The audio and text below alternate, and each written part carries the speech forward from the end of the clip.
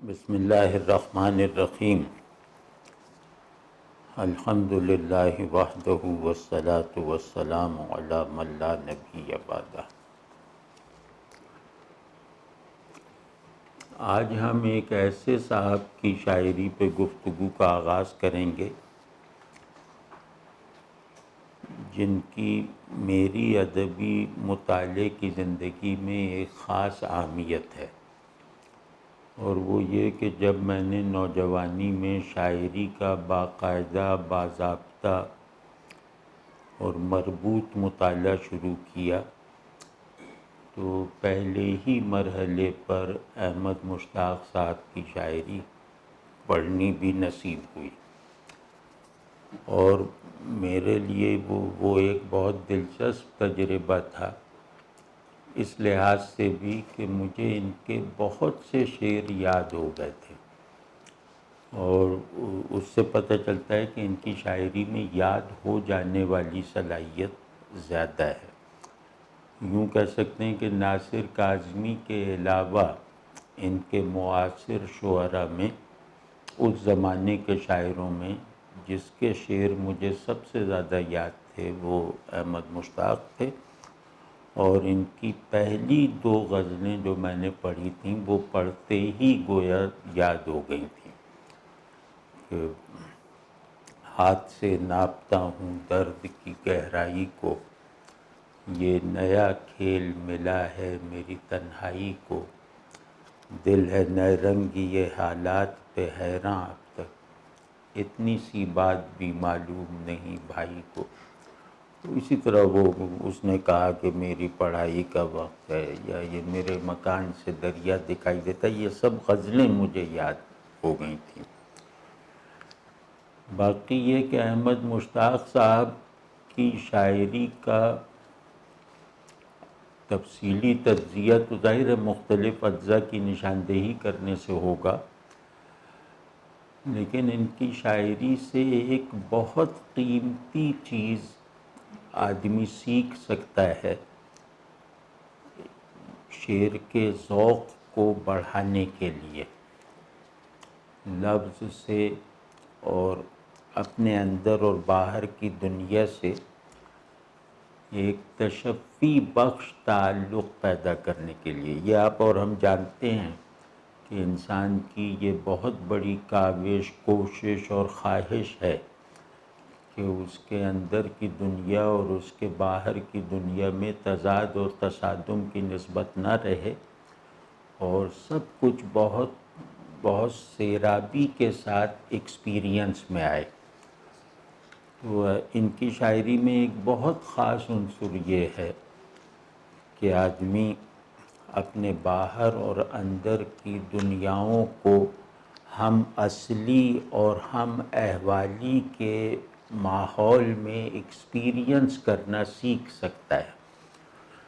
تو یہ بہت بڑی بات ہے، مطلب یہ باتیں، یہ وصف کسی بھی شاعری کو بہت اہم شاعری بنا سکتا ہے۔ تو یہ ان کی شاعری کے اوصاف میں سے ایک وصف ہے، اور اس وصف کی اگر تھوڑی سی ہم تفصیل کریں، مطلب بعد میں ہم انشاءاللہ ان کے شعروں کا انتخاب پڑھیں گے، اس کی شرح کریں گے، تجزیہ کریں گے، مفصل گفتگو کرنے کی کوشش کریں گے، لیکن تمہید میں اگر ہم احمد مشتاق صاحب کے تعارف میں ان کے اس وصف کو اولیت دیں کہ ان کی شاعری آدمی اور نیچر کی ہم احوالی کا بیوٹیفائیڈ اظہار ہے، اور یہ کامیابی اتنی بڑی ہے کہ یہ بہت ساری علمی کامرانیوں سے زیادہ محبوب اور ضروری کامیابی ہے، کیونکہ ذہن کی تسکین وجود میں احوال تسکین پیدا کرنے کے لیے کافی نہیں ہے۔ آدمی کی سب سے بڑی آرزو یہ ہے کہ وہ ایک اسٹیٹ آف فلفلمنٹ میں رہے، تو ذہن جو ہے وہ اس اسٹیٹ آف فلفلمنٹ کی، اس حالت تسکین کی تعمیر میں ایک معمار کا کام، ایک کارکن کا کام تو کرتا ہے، اس اس تعمیر میں حصہ تو لیتا ہے، لیکن اس پوری تعمیر کو ڈیزائن کرنا اور اس پوری تعمیر کے عمل کو شروع سے آخر تک انجام دینا، یہ ذہن کی ذمہ داری بھی نہیں ہے اور ذہن کے بس میں بھی نہیں ہے، کیونکہ آدمی صرف ذہنی وجود نہیں ہوتا، آدمی کی پیاس صرف ذہن میں محسوس نہیں ہوتی۔ تو آدمی خود اپنے اولین تجربے میں ایک پیاس کی طرح ہے، اور کیونکہ پیاس ہی اس کا اولین کلی تجربہ ہے، تو اس کی سب سے پہلی اور سب سے مضبوط طلب اس پیاس کی تسکین ہوتی ہے۔ اس کو میں کہہ رہا ہوں کہ یہ اسٹیٹ آف فلفلمنٹ ہے۔ تو یہ پیاس کیونکہ آدمی کی ساخت میں داخل ہے، تو اس پیاس کا ایک حصہ پانی کے کسی مناسب حال تصور کے ساتھ ذہن بھی محسوس کرتا ہے، لیکن اس پیاس کے کچھ رنگ، کچھ زاویے، کچھ کیفیتیں اور اس پیاس کے دباؤ سے پیدا ہونے والی بہت سی ضرورتیں ایسی ہیں جو صرف ذہن کے ذریعے سے پوری نہیں ہو سکتی جب تک کہ آدمی کا وجود ان احوال کو مطلب اپنے اندر نہ سمولے، جن احوال کو سمجھنے میں بھی ذہن ناکافی ہے، تو ان کی فراہمی میں تو ظاہر ہے کہ ادھورا ہے۔ تو احمد مشتاق کی شاعری کا یہ وصف کہ یہ اپنے قاری کو ایک مطلب مجموعی انداز رکھنے والی اسٹیٹ آف فلفلمنٹ میں پہنچاتی ہے یا پہنچنے کا راستہ دکھا دیتی ہے، یہ ایک خاص دائرے میں ہے۔ مطلب اس کو یوں کہہ لیں کہ میں اور میرے باہر کی فطرت، ان میں امتیاز ذہنی ہے، وجودی نہیں ہے۔ فطرت کا آرڈر بھی انہی احوال پر چل رہا ہے جو احوال میرے نظام وجود کی بقا اور نمو کے لیے درکار ہیں، جو میرے اندر کار فرما ہیں۔ تو فطرت اور انسان اپنے نظام احوال یعنی اپنے انٹرنلائزڈ اسالیب وجود میں واحد ہے۔ تو اس وحدت کو دریافت کرنے یا اس وحدت کو ذہن سے ٹرانسلیٹ کرنے کی مختلف روایتیں ہیں۔ تو ان میں ایک روایت جو اسٹینڈرڈ روایت ہے وہ یہ ہے کہ فطرت اور انسان دونوں ہم نظام ہونے کی حالت میں ایک ٹرانسینڈنٹ اصول اور حقیقت کے تابع ہیں، یعنی ان دونوں آرڈرز کو ہم آہنگی کے ساتھ جو قوت چلا رہی ہے وہ قوت ان دونوں سے ماورا ہے۔ ان دونوں آرڈرز کو کے چلنے کے جو نتائج مقصود ہیں وہ نتائج بھی ان دونوں آرڈرز کی ڈومین سے باہر ہیں۔ واضح ہے نا؟ تو اس کو ہم کہتے ہیں کہ فطرت اور انسان کو ایک ٹرانسینڈنس کے پرسپیکٹو سے دیکھ کر ایک ثابت کرنا یا ایک دیکھنا اور دکھانا، یہ وہ روایت ہے جس کو مثال طور پہ عرفانی روایت کہیں، مابعد الطبیعی روایت کہیں، صوفیانہ روایت کہیں، کیونکہ یہاں اس روایت کا بنیادی ترین تصور یہ ہے کہ آدمی ہو یا اس کے باہر کا عالم فطرت، یہ دونوں بذات موجود نہیں ہیں بلکہ ایک ٹرانسینڈنٹ وجود کے مظاہر ہیں۔ ان مظاہر میں امتیاز یہ ہے کہ انسان حقیقت وجود کا فعال ایکٹیو مظہر ہے اور فطرت پیسو مظہر ہے۔ تو فرق ان کی شناخت اور مرتبے میں ہے، ان کے اندرونی احوال میں نہیں ہے۔ ٹھیک ہے نا. انسان ایکٹیو مظہر اس لیے کہ وہ ذہن بھی رکھتا ہے، شعور بھی رکھتا ہے. انسان نظام ہدایت پر اس کا میکینزم چل رہا ہے، اس کا نظام فطرت پہ چل رہا ہے، نظام تخلیق پہ چل رہا ہے، وغیرہ وغیرہ. اس کے امتیازات کے اسباب مختلف ہیں. تو احمد مشتاق کی شاعری اس روایت سے تعلق نہیں رکھتی. یہ جیسے اس روایت میں صورت اور حقیقت کی ایک بائنری اپوزیشن ہے جو ہم آہنگ بھی ہے، متصادم بھی ہے،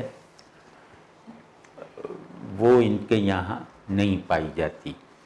ان کے یہاں صورت کا ایکسپیرینس حقیقت کے علم کا سبب نہیں ہے.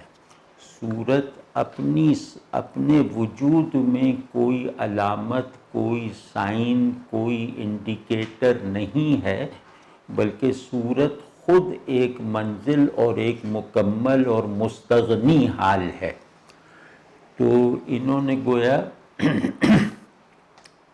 روایت میں جو انسان اور فطرت کو چلانے والا ایک پرنسپل آرڈر اور اس کی پوری اسکیم ہے، اس سے تعلق نہیں رکھا. انہوں نے چیزوں کو محض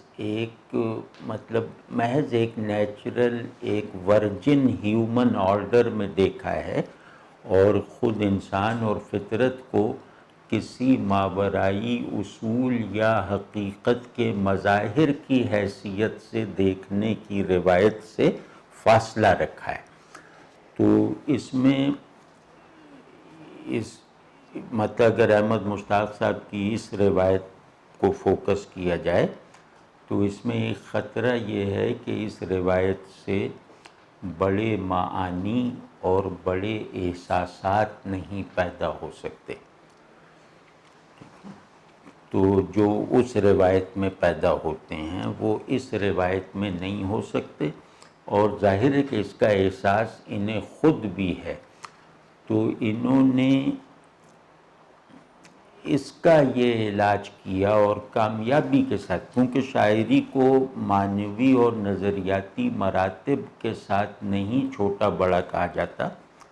شاعری حسن اظہار کا نام ہے، اور کانٹینٹ میں چھوٹا بڑا ہونا ثانوی چیز ہے. حسن اظہار شرط ہے. پھر ٹھیک ہے کہ بڑا اظہار بڑے معنی کے ساتھ ہو تو پھر وہ حسن اظہار کے دیگر نمونوں سے بڑا ہے. لیکن یہ کہ اپنی اصل میں شاعری حسن اظہار ہے.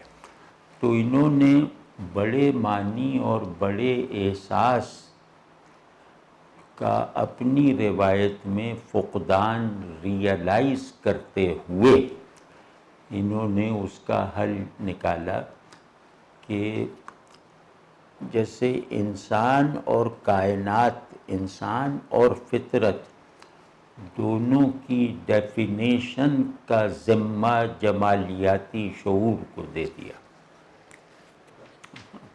مطلب یہ جمالیاتی شعور کے اصول، اس کے حاصلات، اس کے بالکل بلٹ ان پرسپیکٹیوز میں انہوں نے خود کو محدود رکھا، اور پھر جمالیاتی شعور کے اصول کو، یعنی بڑے اصول کو، ایک خود مختار اور بالکل ڈیٹیچڈ حالت میں انسان اور کائنات کی وحدت پر اپلائی کر کے دکھایا.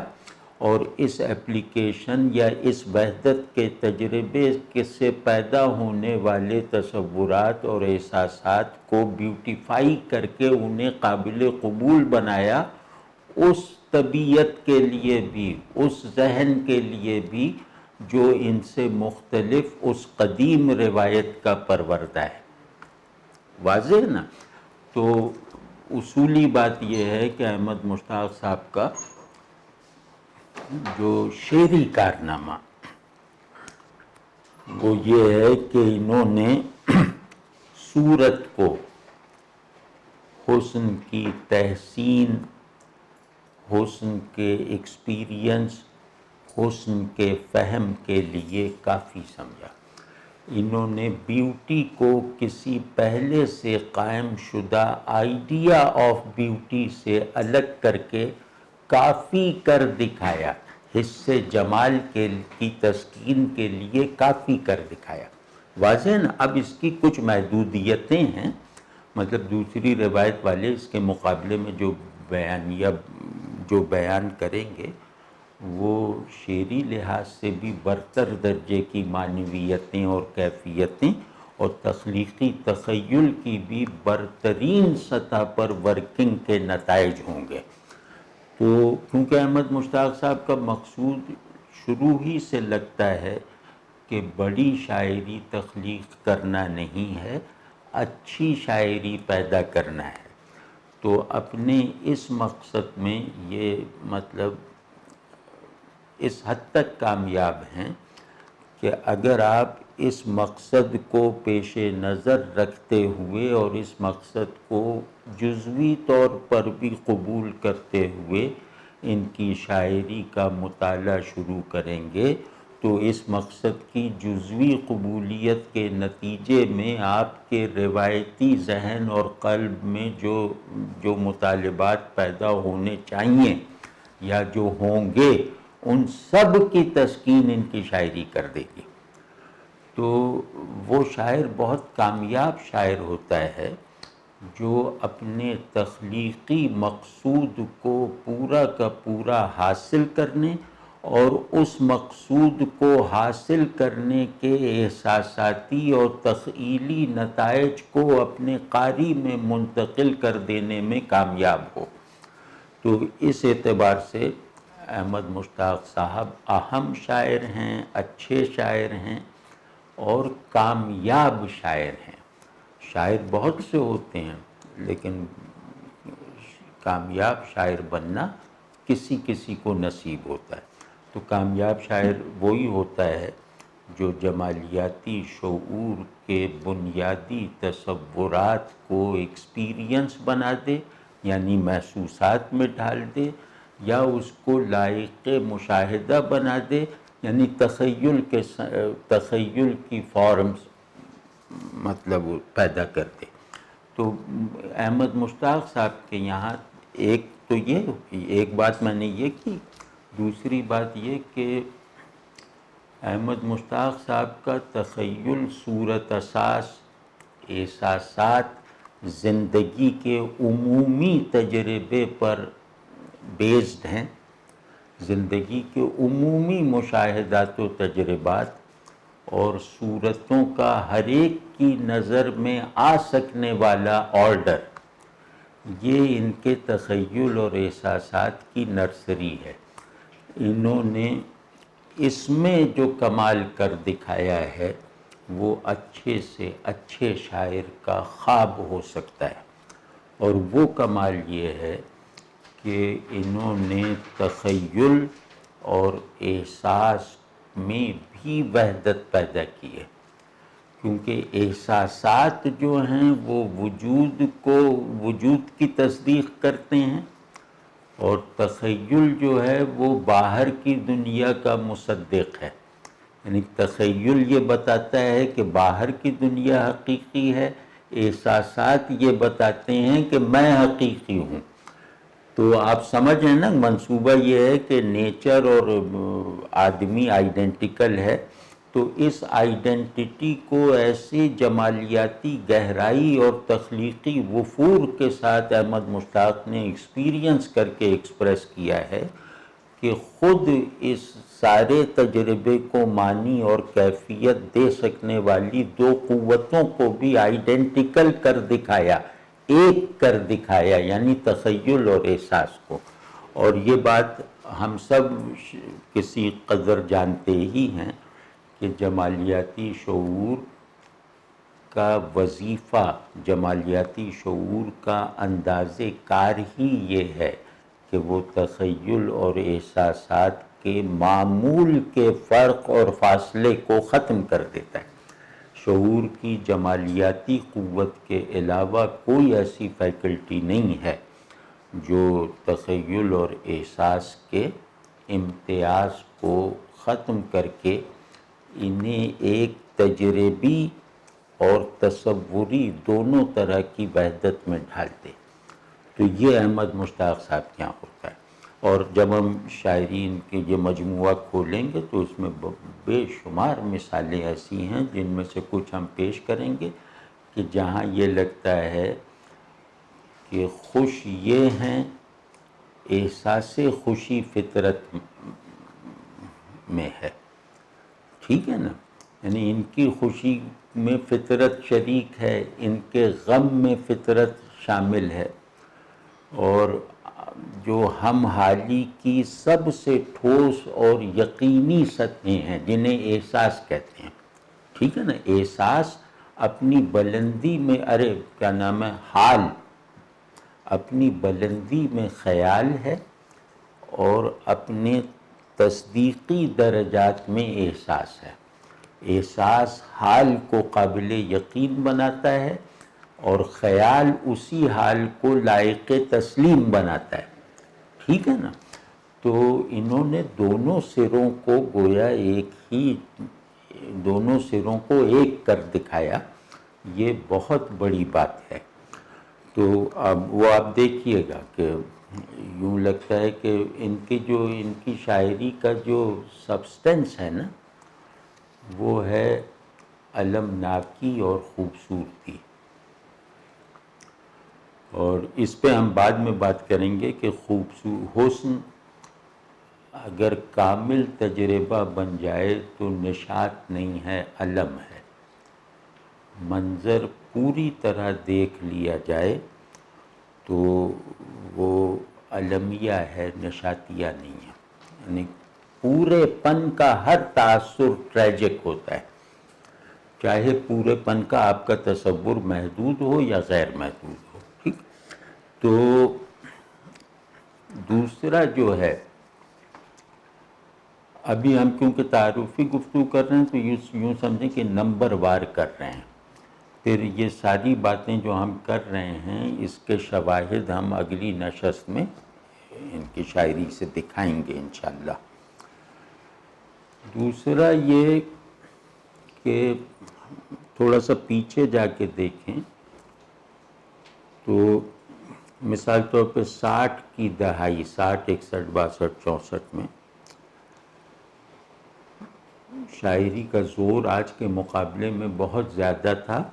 بلکہ یوں لگتا تھا خصوصاً لاہور شہر میں کہ یہاں شاعروں کو اپنے ذوق حیات کے مطابق زندگی گزارنے کی ایک بڑی اسپیس حاصل تھی.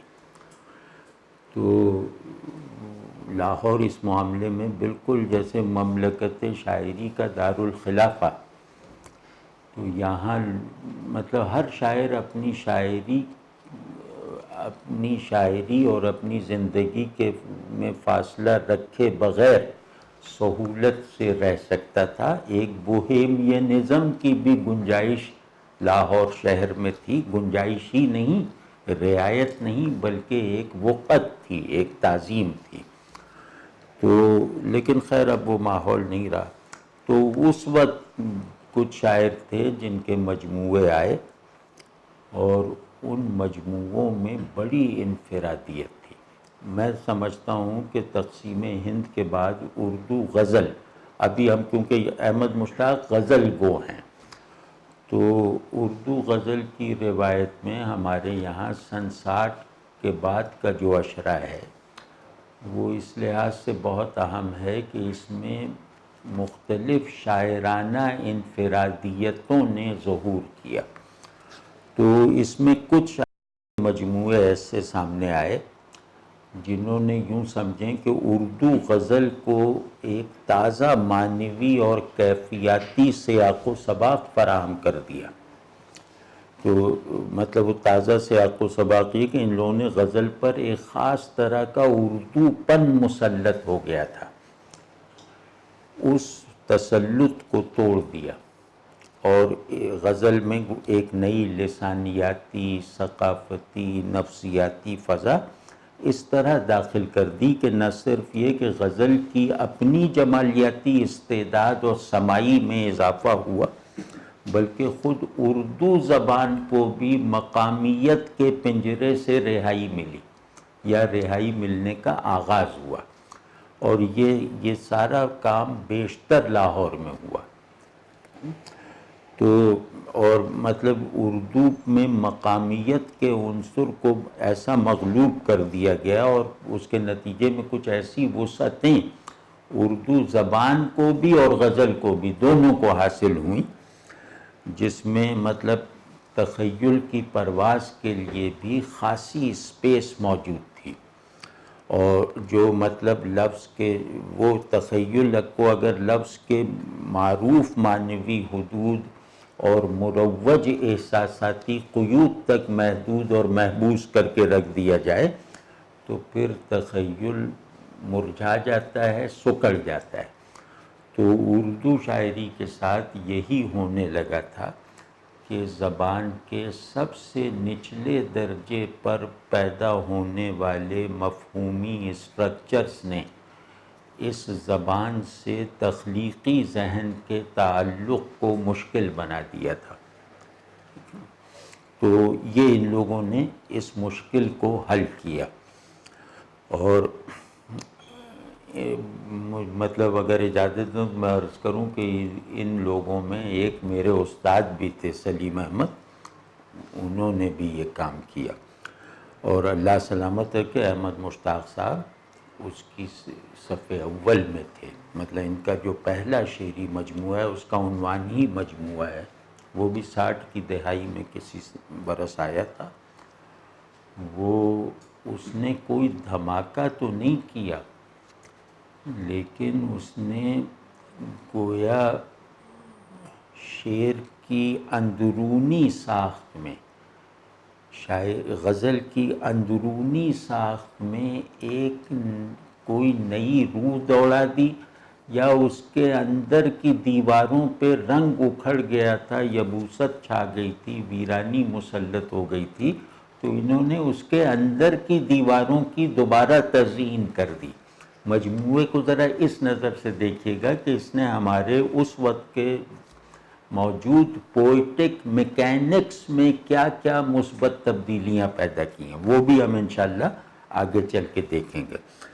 تو ان کے بارے میں مطلب جو عام تاثر ہے، جو انتظار حسین ایسے بڑے لوگوں نے بھی اس تاثر کو پھیلانے میں حصہ لیا، وہ یہ کہ ان کے یہاں کوئی بڑے معنی، کوئی نظریہ تو نہیں ہے، لیکن نظریہ نہ ہونے کا مطلب یہ نہیں ہے کہ ان کے شعر کے سے نکلنے والے معنی میں تہداری نہیں ہے، ان کے تخیل سے بننے والے منظر میں کوئی ٹرانسینڈنس نہیں ہے، ایسا بالکل نہیں ہے۔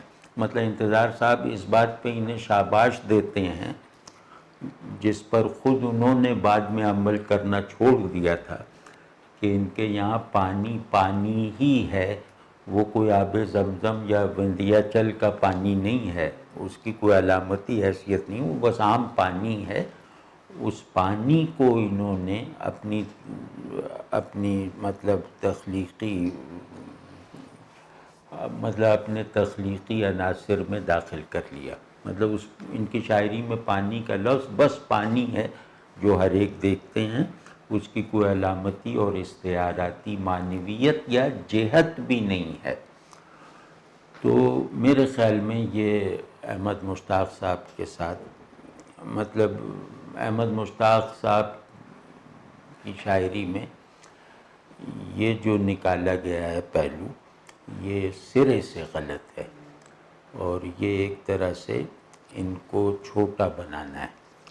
تو ایسا نہیں ہے، ان کو ایک عجیب وصف حاصل ہے، وہ یہ ہے کہ شاعر کا کام یہ ہے، شاعر کا کام حقیقت سے صورت کو مغلوب کر کے معدوم کرنا نہیں ہے، یعنی حقیقت کے اس تصور کا ایکسپریشن جس میں صورت معدوم ہو جائے، یہ شاعر کا کام نہیں ہے۔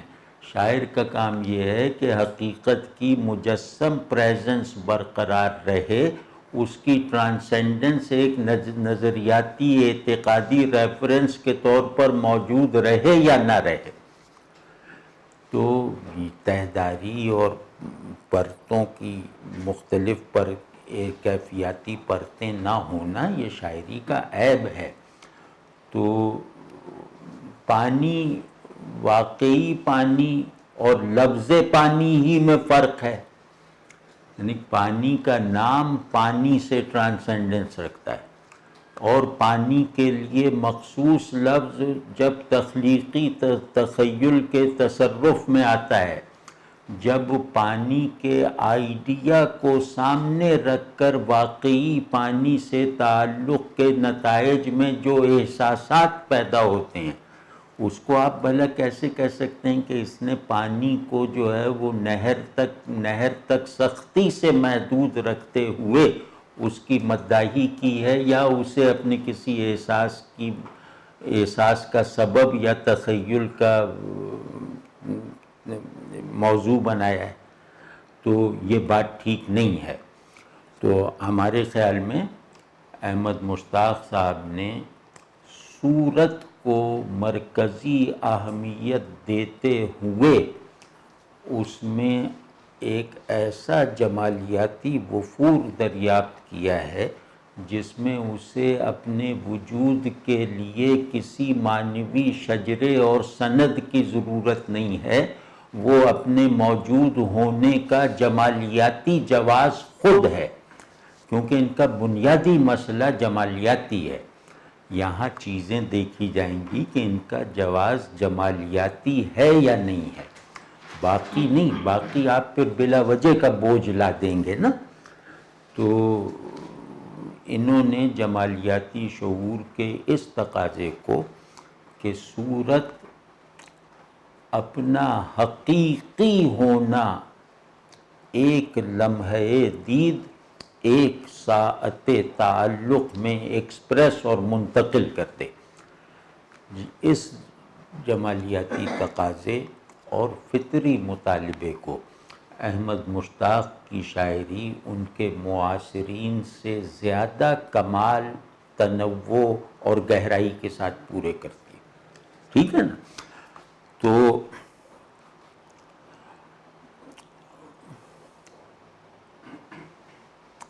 تیسری چیز جس کو پس منظر میں رکھنا ضروری ہے وہ یہ ہے کہ ان کے یہاں ایک طرح کی پیورٹی بہت ہے۔ پیورٹی کا مطلب یہ ہوتا ہے کہ ان کو سب سے زیادہ، جیسے ان کا جو جمالیاتی شعور یا احساس ہے جس نے ان کی شاعری کو خلق کیا ہے، وہ جمالیاتی شعور پولیوشن کو برداشت نہیں کرتا۔ اگر مجھ سے کہا جائے کہ احمد مشتاق کو، مطلب شاعر احمد مشتاق کو کس چیز سے سب سے زیادہ نفرت ہے، تو میں کہوں گا پولیوشن سے، ملاوٹ سے۔ اور کس چیز سے سب سے زیادہ محبت ہے، تو میں کہوں گا کہ اس پیورٹی سے جس کو اینڈ لیسلی بیوٹیفائی کیا جا سکے، کیونکہ بیوٹیفیکیشن ملاوٹ زدہ چیز کو خوبصورت نہیں بنایا جا سکتا۔ تو چیزوں کو فارم اپنی اوریجنل صورت میں جو ہے وہ بیوٹیفائی ہو سکتی ہے۔ ملاوٹ کا شکار ہو کر کوئی بھی صورت محتاج ہو جاتی ہے کہ اسے خوبصورت بنانے یا ثابت کرنے کے لیے دیگر چیزوں کی اجازت یا مدد لی جائے۔ تو یہ چیزوں کو اس طرح دیکھتے ہیں کہ یہ ہر چیز، ہر فارم گویا جمالیاتی شعور کی کلی تسکین کر سکتی ہے۔ یہ ان کو پڑھنے سے پہلے ذہن میں رکھنا چاہیے۔ اس وجہ سے ان کے یہاں خوبصورتی کے جزیرے بنتے ہیں، زنجیر نہیں۔ یعنی ان کے جو خوبصورت آبجیکٹس ہیں وہ جزیروں کی طرح ہیں، زنجیر کی کڑیوں کی طرح نہیں ہیں۔ تو خیر یہ بھی ذہن میں رہے۔